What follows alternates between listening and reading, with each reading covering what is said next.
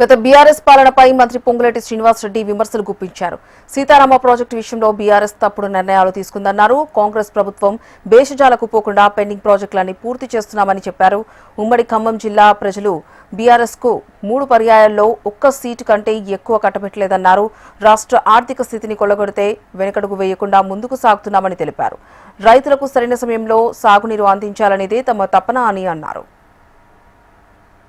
పరిపాలన రాష్ట్రం ఏర్పడిన తర్వాత ఏనాడు ఉమ్మడి ఖమ్మం జిల్లాకి ఆ 2 ఎన్నికల్లో ఆ ప్రభుత్వానికి మొన్న జరిగిన 3వ ఎన్నికతో సహా కలిపి ఒక్క సీటు కంటే ఎప్పుడు ఉమ్మడి ఖమ్మం జిల్లా ప్రజలు ఆ దొరల పాలనకి మద్దతు తెలపలే. దాన్ని మనసులో పెట్టుకొని కచ్చ పెట్టుకొని ఈ గిరిజన ప్రాంతమైన ఈ భద్రాద్రి కొత్తగూడెం జిల్లా గాని ఖమ్మం జిల్లా కానీ అన్యాయం చేశారు అనడానికి స్పష్టతే ఈ సీతారామ ప్రాజెక్టు.